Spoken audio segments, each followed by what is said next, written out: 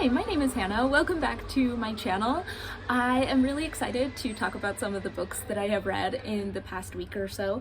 I have not read quite as regularly this month with the holidays. My daughter had the entire week of Semana Santa off of school, so I didn't get quite as much reading done the past little bit, but I am excited to talk about some of these books. It is a beautiful day here today, and so I am filming this outside. If you hear loud background noises, I am sorry. There is some city noises going on outside, but I am excited to talk about these books, so let's jump into that. So the first book that I read is called A Pinch of Magic by Michelle Harrison, and this was recommended from the channel Spread Book Joy, and she had some great recommendations from reading middle grade books for the month of March. So this was rather delightful. I enjoyed it a lot for what it was. Like, it's definitely geared toward a younger audience, and this is following the Witterson sisters, and there are 3 sisters, and they are all given a magical object out of a set of 3 magical objects. So they have these magical objects, but at the same time a curse upon their family where they can never leave their hometown of Crowstone, and they will die. So one thing that I absolutely adored about this book was just how high the stakes were, because I've been reading a book out loud to my oldest daughter right now, and the stakes were that a dog had been kidnapped, which, not to say anything against dogs, but I did feel like, okay, well, all 3 girls are going to die in the next 24 hours, and 2 of the 3 have been kidnapped by a bad man. Like, that raises the stakes really high, and had, like a good sense of, what's the word? I don't know, importance, a sense of urgency, that's the one. So it had a good sense of urgency throughout. So I really enjoyed this one, and I will not be reading, it is a series, so I'm not going to read more, but I enjoyed this one for what it was. I read the book A Carnival of Snackery, Diaries from 2003 to 2020 by David Sedaris, and I enjoyed this one. I like David Sedaris. I enjoy his humor. I listened to this on audiobook actually, and the reason I love it on audio is because I like his delivery, because each journal entry kind of had a bit of a punchline, and it was humorous, and I enjoyed it. If you've read David Sedaris books and you liked them, you will probably really love this book. Now, if you have not read any books by David Sedaris, I don't recommend starting with this one.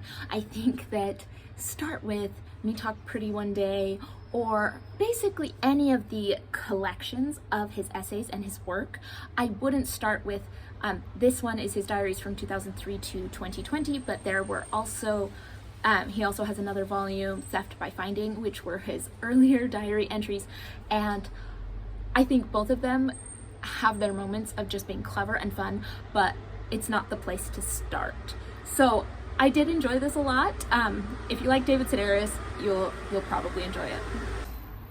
So I read Aftershocks by Nadia Owusu, and this was really, really well done. This was really well done. It's like a memoir, but you see, it says Aftershocks, a memoir, and for some reason in my head I was more prepared to go for more of a linear storytelling type thing, and this jumped in time a lot, had lots of different elements, and I don't think I was quite in the right headspace. So if you're gonna read this book, go into it planning on reading and really trying to understand, and I think it has so many really good elements, because it jumps around, and at first it talks a little bit about her life. So Nadia grew up all around the world.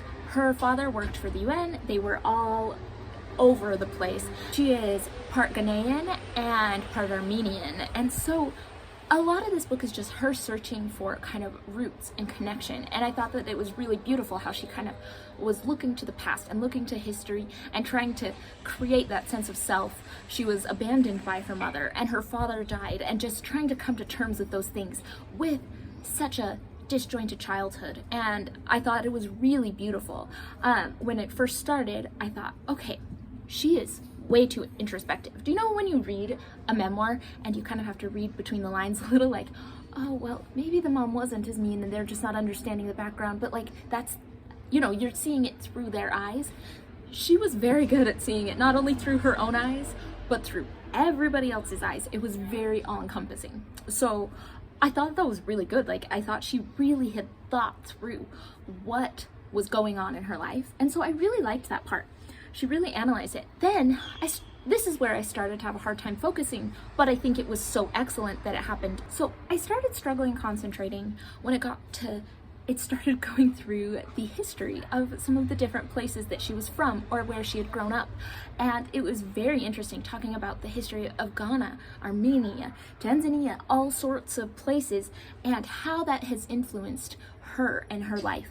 Now, that is where I wasn't in the right headspace, because I was looking for more of the linear storytelling, and then my mind started to wander because it was jumping through. But I think that was excellent. I think it was really well done. So that was just beautiful. Then it went from that to very moving and personal, and her telling her story, and that was beautiful, and like a necessity, and you know, being biracial and being from so many different countries and the language and all sorts of things. Those were her like cultural history. It was beautiful. That was excellent. And then I feel like the end just was like, the word I want to use is a little overwrought for me. Just trying to find meaning and wrapping up her life and her story in a way that was meaningful. It just felt like too much, right? Maybe a little too flowery of prose or something for me personally.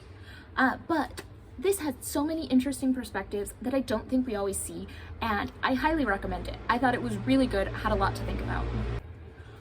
Okay, so this is where I shouldn't read like diaries and then a memoir and then this book of short stories, because for some reason they all kind of started mixing together in my head. I got some weird dreams during this time. So I read the book A Manual for Cleaning Women, Selected Stories by Lucia Berlin, and this was actually compiled after her death. And this was interesting. So it's billed as literary fiction, right? And it's a bunch of short stories, and it deals a lot with things like alcoholism, abuse, poverty, just like medical care, lots of really heavy, hard-hitting topics.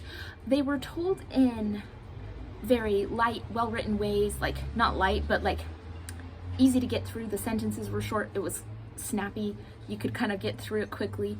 I really thought the writing was beautiful. My thing with this is so with short stories, I don't really expect them to connect. I kind of expect them to all have a similar theme, right?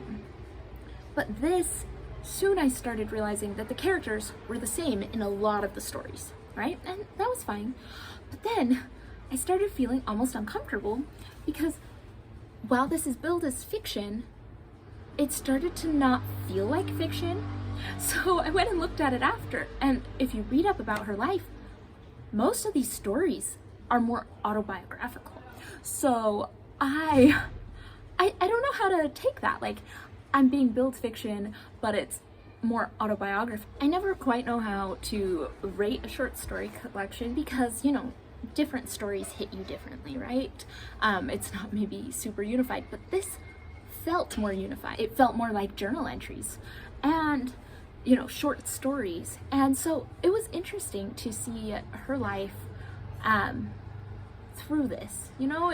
I'm not sure, like, I feel like her perspective is super interesting. So this was interesting. Like, every book that I've read this week, it's kind of like 4 stars for me. I haven't found one that I'm like, yes, this is it, everyone should read this, but all of them I'm like, yeah, that was really well done. This gave me a lot to think about. I mean, there is a story in here about her as a child, and I don't know if it's her as a child or someone else as a child, but pulling out all of their grandfather's teeth, and that one is gonna haunt me in my dreams forever. So I picked up this book after hearing the review from Lucy over at Lulubananaz. So I'm gonna link her channel down below. Her channel is wonderful. And this was like, I'm really glad I read it. Like, there were some really interesting perspectives on poverty, alcoholism, and just difficult topics. So yeah, this was interesting, very interesting. And those are the books that I read the last week or so. I will do an end of April wrap up in the next week or so, as well as a 1 year on booktube video. So my plan on that is to answer some questions from the booktube newbie tag and the booktube anniversary tag. So if you have anything else that I should answer or talk about in that video, please let me know, and I will see you all on the next one.